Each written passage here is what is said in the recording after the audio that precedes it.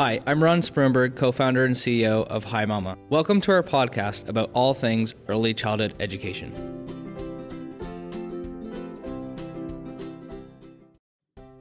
Hi, I'm Amanda. And I'm Amanda, and we are your special guests for this week's Preschool Podcast. This week's episode features Cat and Nat, moms who are inspiring other mothers all around the world. Hope you enjoy it.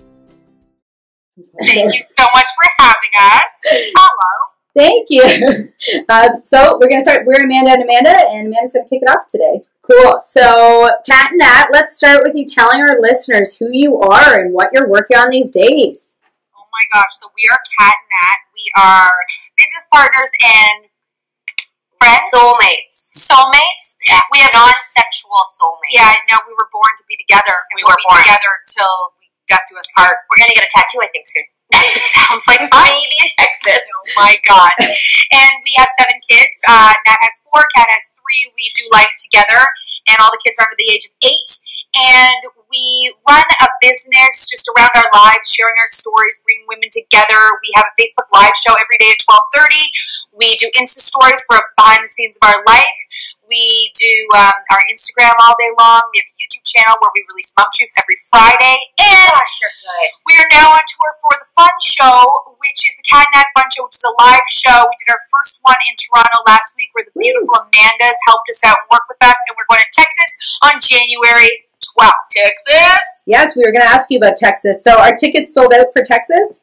Apparently, we have 30 tickets left, which is awesome. It's at the Tobin Theater, and it's just going to be another amazing night of women getting together, supporting each other, having fun, laughing, happy tears, dancing, cocktailing, all of it. Amazing. And so on your YouTube channel, you do MOMTRUTHs, and you're known for your amazing MOMTRUTHs. So we thought for this week's Preschool Podcast, we would ask you for a couple MOMTRUTHs about preschool specifically. Maybe you could tell us a bit about drop-off, pick-up. Give us the truth here. Oh my God. I actually have a good one. I was thinking hard today. And actually, it should become a MOMTRUTH. Okay. Because let's do that today. Or an Instagram post. But when you have a kid who you drop off at preschool for the first time, in your head, for the first, maybe 2 months, you question yourself, did I make the right decision? And is the right, my kid's different. They can't, because they cry, right? So every time they're crying and telling you they hate it, it's so natural to want to fix it. So you yourself are crying, they're crying, you're dropping them off, and you're not sure when it's going to settle, right? If you're a new mom, it is rattling, you're 2 hours, you're oh my God. You want pictures from the administrators, you want to know they're okay, and you know they're fine when you walk away. They scream and they're ding, they're perfect. And then you wake up in the morning again and the whole shenanigans start, and then it all kind of settles down. And if you had kept them home and pulled them out of preschool, let me tell you, it's not a good decision, because eventually they're going to do that no matter what happens in life. They're always going to scream life lessons. Mm-hmm. Yeah, it's never going to get easier. And when they get older, even like us, it's screaming on the inside. We know how to control it, but nobody wants to go to a new place, right? You feel anxiety about it. They're just expressing themselves, but just like Kat said, and then it all dies down, and then you have the winter holidays, and it starts back up again in January. It doesn't end, but you know what? You just have to really... You just have to power through those tears. They're just doing it to make you feel bad. They're fine. They're fine. And we are very preschool positive people. Yeah, we are, right? Except when they cry, then I'm like, shoot. But you always hear that as soon as you drop them off, they stop crying within a minute of you walking away, right? I always wondered, did the teachers just say that and really they cried for 2 hours? But I think really, actually, they're done. As soon as you're gone, they're all done. I'm the mom who asked for the picture, Amanda. I'm the mom who's like, can I see my baby? And she's like, and I'm like, you feel bad. No, you're fine. And the two of us have weaseled our way so into that preschool that we personally know each and every one of the teachers and the directors and their social handles, and we send them private messages about how our kids are doing. Yeah. Okay. You better believe it. So that actually ties into our next question. So we're going to talk about millennial parents, very connected to technology. So how do, millennial parents connected to tech, how does that impact the way that we parent? Oh, shoot, it's so good. It gets you hot-headed in life. I don't know what I did before my phones, and it's kind of half a joke, but I think it's really no different than, nothing's different. Parenting's the same through the entire, everyone's going to say it's racier, everyone's going to say they grew up earlier. It's the same conversation that's been happening for decades. So I think we just need a thing to say, like, how it's so different. It's not different. Well, if I talked to my grandmother, I'm sure it'd be the exact same conversation. She would have the exact same concerns. I mean, obviously, they can do a lot more damage with the phone, but at the same time, they could have done damage with a bottle of alcohol. Yeah, and it's also such a better way for us to now, like, I feel like it must have been scarier being a parent back then. Now we can be so connected to our kids. We can find out, they can contact us all day long. Their teachers can contact us all day long. We know where they are. Do you want to know a secret? Yes. When I was like 15, I totally went on the newspaper, like, dating line and made my own made a profile to hear people call, and I made a fun, like, fake person, and I would. How have you not told me this? I just need me. Like, do we not spend every day all day? And I would go to the payphone, and then I'd check my messages to see how many dates I got, but I would never call back. That was like the early Tinder. Huh? That was like the first stage Tinder. Yeah. Tinder. Yeah, and so I would, very young, I created my own dating profile. Can we talk about this over to Jill another time? I want to know every detail. I mean, I think all of us had them. So did we? And I'm pretty sure I had my phone, and I would go and check it on my phone. It was great to have. You know the mailbox? Get a mailbox? Yes. They would leave you messages? Yes. Well, I had a friend who did this crazy stuff. Her name was Melissa. I remember her. Now, I didn't know you were my second crazy friend who did this, but maybe it was called. I mean, I did nothing back, but I That's just so wanted to hear. So, I mean, it's really no different now than anything else people are doing. I think what I like so much about watching your channel and your Instagram stories is you take the pressure off of screen time. So one of the things as a parent, you know, we compliment, Amanda. That's a compliment. It's a compliment.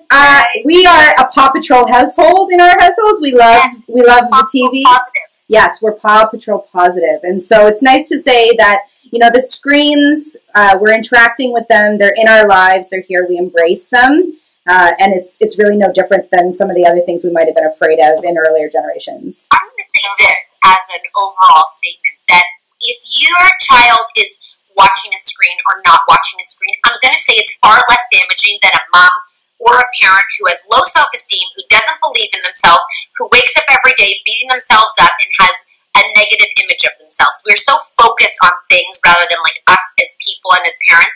And if you wake up and you're confident in your decisions and you have a good relationship with your children, a screen can't ruin that. You know what I mean? Like, it's about the relationship. And if there's going to be problems no matter what, but if you have a relationship with your child and you believe in yourself, that's far less damaging than any screen time. Because when I say put the screen down, they're going to put the screen down because we believe we have this relationship. Not to mention, I think that you need to know that, like, there's so much educational stuff that is happening on screens, whether it's iPads. I swear to God, my kid who has the most knowledge watches the most TV, and he comes out with things that I don't even know. And it's because he's watching these cool shows that are teaching him about the world. So Screens aren't ruining people. Information is ruining people because they're losing their natural instincts on how to parent. It's not that hard. You've got to listen to yourself and figure out what works for you and your family. That's great advice. So let's switch gears a bit and talk a bit about the holiday season. So we are heading into the busy holiday Christmas, Hanukkah season. And often this year. Yes, soon. Yes, skipping it. I'm not doing it. I decided. You're skipping it completely? Yeah, we're no Christmas. Have you notified your children? I actually didn't know if she was joking or not. I'm like, is that what we're doing? All right. So I actually thought this year, you know what? Maybe we'll just do zero. How nice would it be if we did zero presents across the board? Yes. You know what? Santa's busy this year. He got caught up in a snowstorm. So we're just going to, like, go skating. And I don't know, I'm kind of over this. Well, her daughter said to her this morning, can we go on a trip instead of getting presents? And first of all, I told her, by the way, a trip is a lot more expensive than presents, like in our house at least. And I heard your son go, no, I want presents. I'm just, you know, I'm kind of over the presents. I'm done. I don't want more junk in my house. I'm done. I know. It's just it's not for you, though. I know, but it's my house. I agree. You know? I hate toys. I'm not really sure about this Christmas. I think it leads to my question, which is that we often want to share with teachers. But I bet teachers also don't really want more crap in their house. My mom was a teacher for 35 years, and some of the stuff she would come home with for Christmas, I mean, it was all over the board. Boxes of chocolates and mugs and all the things. So as two moms of 7 children, how can you recognize our daycare workers, our childcare workers, and not put more stuff in their life? Yeah, cash, babe, cash. Cash. Yeah. What you do is you get you course one of the class parents. Okay, you tell one really responsible, organized one. Everyone knows her, and they collect the cash from everyone, like $10, and then you give that teacher cash. And no one's gonna say no to cash. Give her a big old fat cash tip. Give it to a big old mall where she can shop anywhere. Yeah, that's what we do. And that's all you gotta do is cash. And moms make it so easy. Like, you can direct transfer.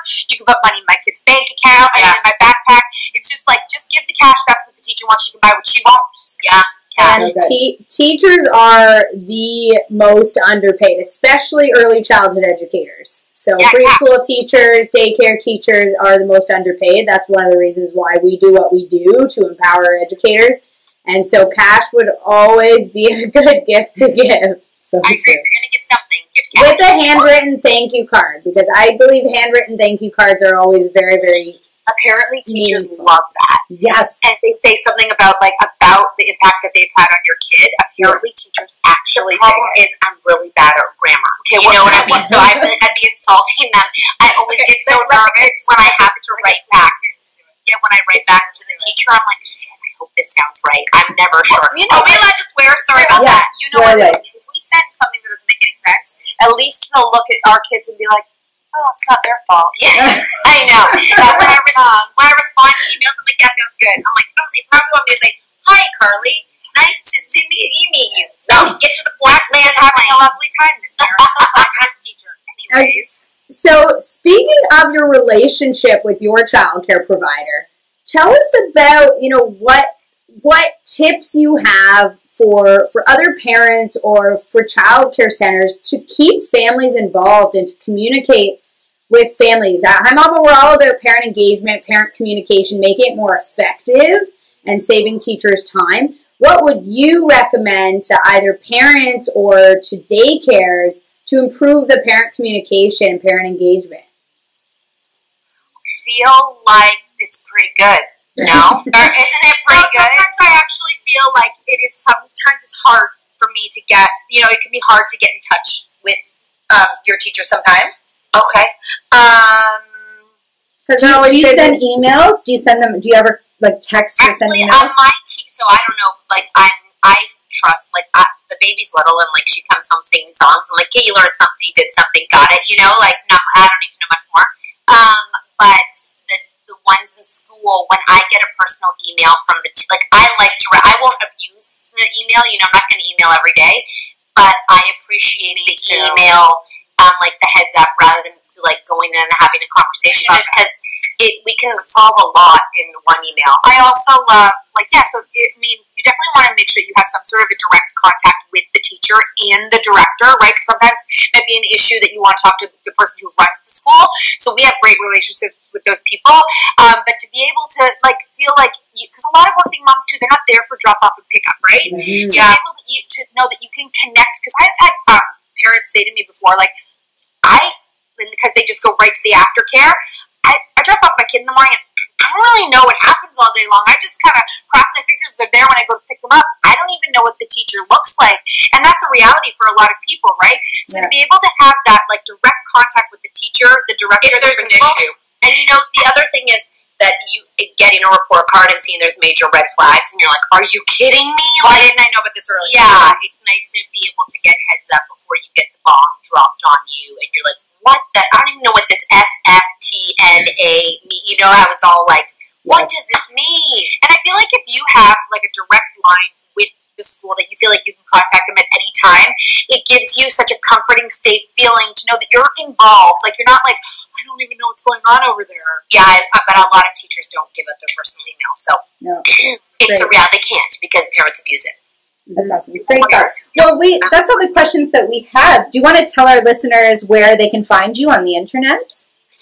Always go to Cat and Nat, CATANDNAT on Facebook, Instagram, YouTube, everywhere. You can subscribe to our newsletter so you're always the first one to know anything, and that's at catandnat.ca so that you don't miss out on anything like a fun show. We were at the fun show last week, and we loved it, right? We had a blast. If you enjoyed our conversation, don't forget to subscribe for more episodes and leave a review. The Preschool Podcast is brought to you by Hi Mama. If you're anything like the thousands of teachers listening to the Preschool Podcast, you know how long it takes to fill out daily sheets, child portfolios, and lesson plans. And that's where Hi Mama saves the day.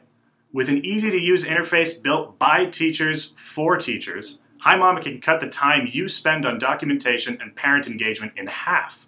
Create and send beautiful daily sheets, photos, videos, and messages to parents in seconds, saving you time in your busy day.